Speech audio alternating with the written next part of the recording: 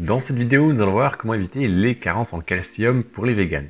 Bonjour, c'est Jérémy, bienvenue sur Foodover, la chaîne qui permet d'améliorer ta santé et ton bien-être grâce à l'alimentation. Alors concrètement, quand est-ce que l'on tombe en carence de calcium? Je te pose la question parce que les sources sont différentes. Quand tu regardes dans les pays européens, on te dit il faut environ, on va arrondir, 1 gramme de calcium par jour. Si tu écoutes l'Organisme mondial de la santé, ils vont te dire il nous faut 0,5 g par jour.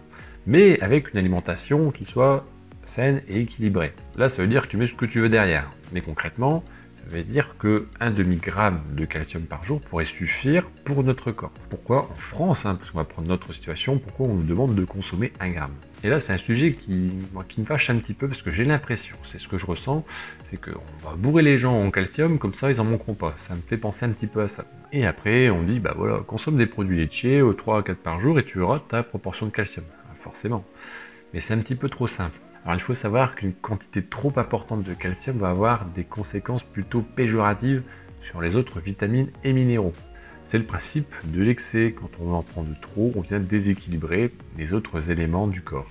Et surtout, par rapport à notre situation de vegan, comment fait-on? Concrètement, certaines personnes ne mangent pas de produits laitiers par jour, elles ne sont pas plus malades que moi pour autant. Et là, j'ai donné déjà un petit peu la réponse. Il suffit que ton alimentation soit bien équilibrée, où tu prends vraiment tous les aimants qu'il te faut où il faut, et tu ne manqueras jamais de calcium.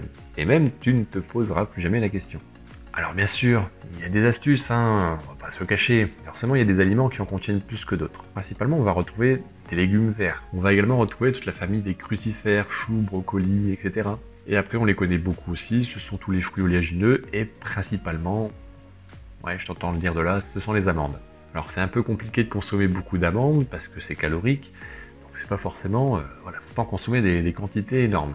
N'hésite pas à bien apporter une grande variété dans tes légumes et à consommer un peu plus régulièrement des aliments qui sont verts. Tu peux te diriger également vers certaines eaux minérales.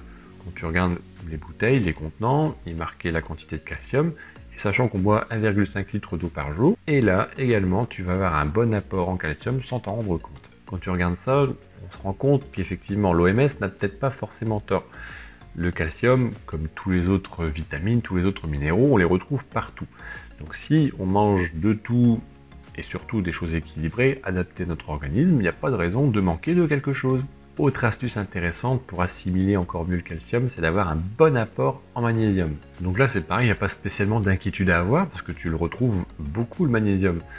Avec une alimentation pareille, variée, équilibrée, on se répète, mais tu vas avoir ta quantité de calcium et de magnésium dont tu as besoin. Et en plus, tu te mets au soleil l'été, tu prends une bonne dose pour toute ton année, même dans les périodes plus froides où il manque de soleil, tu vas avoir une bonne assimilation du calcium par ton organisme. Alors, certaines études prouvent que les véganes vivent plus longtemps qu'une personne qui mange de tout, c'est-à-dire des produits issus d'animaux, mais un vegan vit également moins longtemps qu'un végétarien, parce que le végétarien garde encore un petit peu, de temps en temps, des produits issus d'animaux. Et là, tout l'intérêt, c'est de ne pas faire n'importe quoi, justement, en tant que vegan. Là, on parle du calcium, mais également tout ce qui tourne autour. Et pour ça, si tu veux aller plus loin, pour justement te rassurer par rapport à ça, j'ai mis à disposition un programme qui te permettra vraiment d'avoir tous les éléments et d'être rassuré tout au long de ta vie pour manger vegan. J'espère que cette vidéo t'a plu, tu peux la liker si c'est le cas, t'abonner si tu ne l'as pas encore fait, et nous on se retrouve pour une prochaine vidéo. Porte-toi bien et à bientôt.